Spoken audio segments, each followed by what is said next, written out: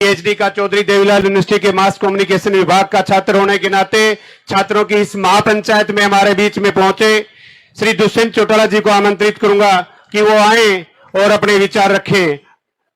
भाई दुष्यंत चौटाला जी।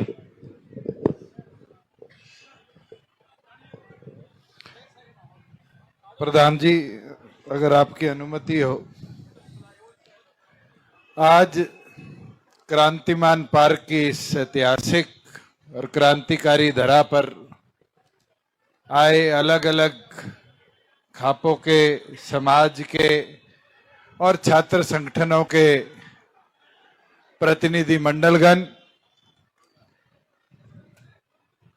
मेरी माताएं, बहनें, बुजुर्ग और युवा साथी, प्रधान जी, आज की इस छात्र हित महापंचायत को बुलाने का एक उद्देश्य था कि हमारे प्रदेश के यूनिवर्सिटी सिस्टम, कॉलेज सिस्टम को किस तरीके से भगवाकरण से बचाया जाए। और मैं सारी सरदारी से आग्रह करूंगा, जो भी आज आप निर्णय लो, सर माथे है, मगर निर्णय के अंदर ये जरूर आप लोग याद रखें कि पिछले कुछ समय से जितने हमारी यूनिवर्सिटीज है, चाहे वो महर्षि दयानंद यूनिवर्सिटी हो, चाहे वो कुरुक्षेत्र यूनिवर्सिटी हो, चाहे हरियाणा एग्रीकल्चर यूनिवर्सिटी हो, चाहे गुरु जम्बेश्वर यूनिवर्सिटी हो, चाहे बंसीलाल यूनिवर्सिटी हो, प्रदेश के हर जिले में लगभग एक सरकारी यूनिवर्सिटी आज हरियाणा में है। और उन यूनिवर्सिटीज में निरंतर केवल एक विचारधारा के पाठ पढ़ाए जाते हैं।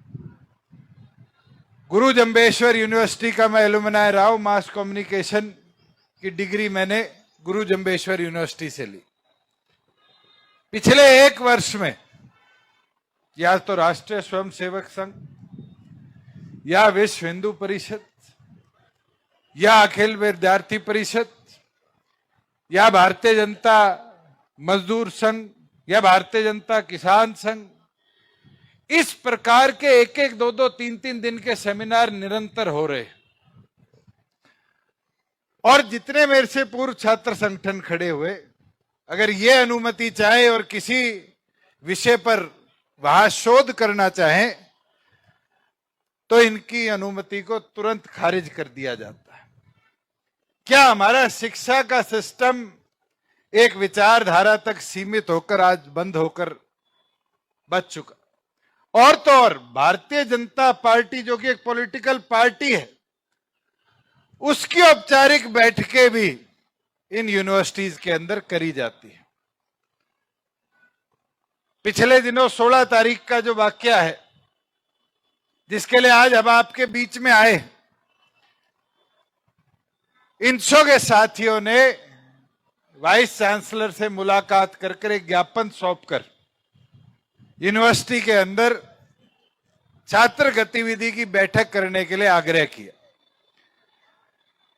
मगर वो आग्रह तो वाइस चांसलर ने सुना नहीं, मगर रात को 12:50 पर सिटी थाने में पर्चा होता है और उस पर्चे में 8 लोग नामजद होते हैं। 8 लोगों में से एक को गिरफ्तार किया जाता है अध्यक्ष जी। 7 लोगों के गिरफ्तारी के या तो टीमें गई है या उनको गिरफ्तार ना करने का काम किया। मगर उन रात की रेड में 5 ऐसे साथियों को अरेस्ट कर लिया जाता है जो एफआईआर में नामजद नहीं है।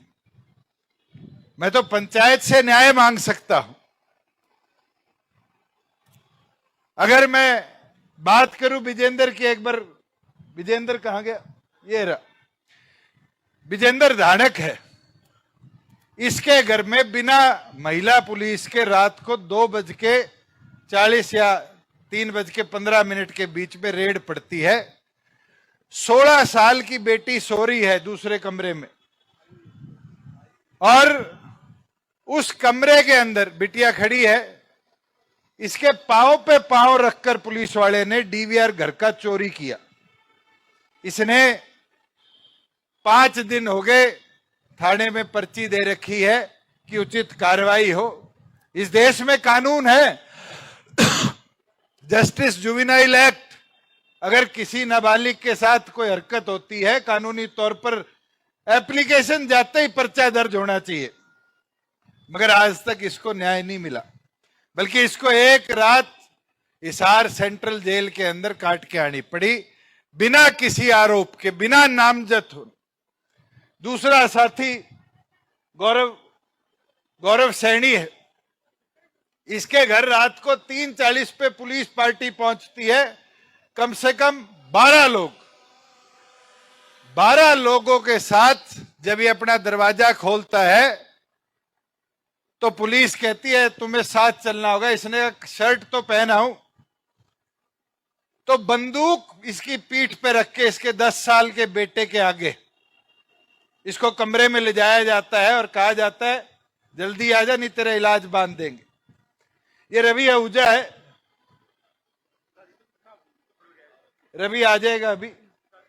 तरुण गोयल है, ये टैक्स बार एसोसिएशन के प्रधान भी रहे हुए वकील है। तरुण गोयल के घर पुलिस आती है, माइनर बच्चों के आगे इसके बंदूक लगा के इसको अरेस्ट करके जाती है। जितेंद्र है, जितेंद्र को पुलिस फोन करती है, ये दूसरी मंजिल से निचली मंजिल पर आ जाता है कि ले चलो तुम्हें थाने लेके चलना है। इसको अरेस्ट नहीं किया जाता इसको, मगर हमारे पास उचित फुटेज है, और उचित फुटेज के अंदर एक तो ऐसी फुटेज है जिसमें रवि आहूजा के घर में घुसने से पहले, जिसपे 751 का पर्चा नहीं है, पंचायत जरूर इसको ध्यान में रखे, 751 का पर्चा नहीं है, बंदूक लोड करके उसके घर के अंदर जाया जाता है। क्या वो आतंकवादी था? मैं तो पंचायत से यह आग्रह करूंगा, जो अत्याचार पुलिस प्रशासन ने इनके साथ दिया, इनको आप न्याय दिलाने का काम करें। यूनिवर्सिटी के अंदर जिस तरह की मनमानी चलाई जा रही है, इसके अंदर आप सब सोच कर चलिए कि किस प्रकार से यूनिवर्सिटी को एक रंग में रंगने का काम किया जा रहा है। मैं आज भी, चौधरी देवीलाल भी, बहुत पढ़े लिखे लोग भी इस पंचायत में आए। अगर हम शिक्षा को नहीं बचा पाएंगे तो भविष्य को नहीं बचा पाएंगे। पंचायत इस चीज का ध्यान जरूर रखने का काम करे। अध्यक्ष जी, एक छात्र ये खड़ा, दीपक, ये 20 साल का लड़का है, इसका नाम नहीं था एफआईआर के अंदर, और हमने 3 अलग अलग ठिकानों की फुटेज निकाली। आप सोच सकते हैं इस 20 साल के लड़के को हथकड़ी बांधकर कभी वो क्षण निकल पाएगा कि इसके हाथ में हथकड़ी थी? मैं तो सारे पंचों से आग्रह करूंगा कि आप अपने भविष्य की सोचिए। ये इनके साथ हुआ है। अगर इसी तरह का दबाव, ये जितने छात्र यहां आए हैं अलग अलग यूनियन से, कल इनके साथ करने लग गए तो क्या हमारी अगली पीढ़ी शिक्षा ले पाएगी? क्या हमारी अगली पीढ़ी हमारे विश्वविद्यालयों में, कॉलेज में शिक्षा के स्तर को बढ़ता हुआ और उचित असिस्टेंट, एसोसिएट और प्रोफेसर की होनी चाहिए, लेक्चरर की होनी चाहिए। पूरी तरीके से हरियाणा सरकार के आदेश हैं कि बिना सरकार की परमिशन के यूनिवर्सिटी प्रोफेसर नहीं रख पाएगा। एक और पर तो फीस लाख 2-2 लाख रुपए कर दी, मगर उस फीस के बाद जो उचित शिक्षा देने के गुरु हैं उनकी भर्ती इस प्रदेश में नहीं करी गई। तो आप आज जो निर्णय ले, इन 3-4 विषयों को जरूर ध्यान में रखें कि हमें इन 6 साथियों को न्याय दिलाना है। ये मंजू ने खड़े होकर बोला कुरुक्षेत्र यूनिवर्सिटी, कुरुक्षेत्र का वाकया इनने पूरा बताया नहीं। अध्यक्ष जी, 7 तारीख को बैठक होती है। 7 तारीख को बैठक होने के बाद सरकार की दुर्भावना देखो, कि जसविंदर खेरा और विशाल और ये सारे जाते हैं यूनिवर्सिटी में, कहते हैं कुर्सी टूटी हम पैसे देंगे, सहमति बनती है, कागज पे हस्ताक्षर होते हैं।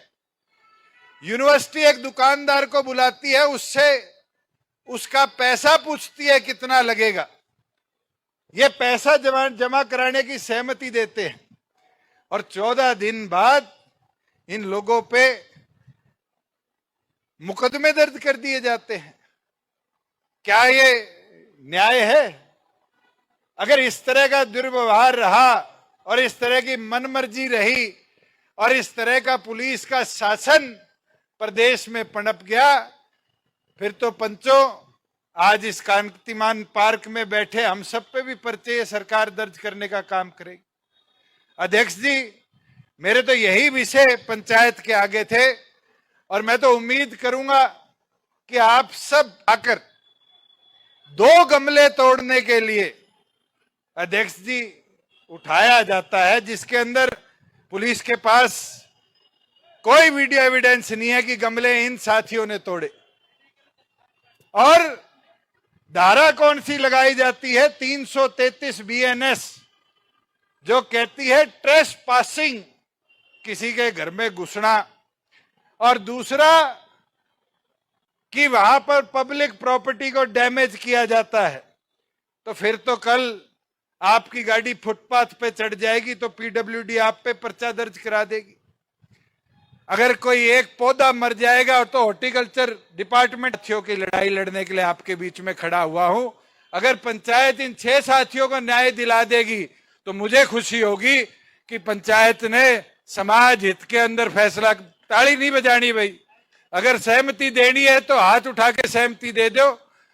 मैं तो यही उम्मीद करूंगा कि पंचायत ने इन परिवारों को, कोई एक समाज नहीं है, यहाँ पंजाबी समाज भी है, धाड़क समाज भी है, सैनी समाज भी है, इन समाजों को बढ़िया समाज भी है, इन सबको आपने न्याय दिलाया।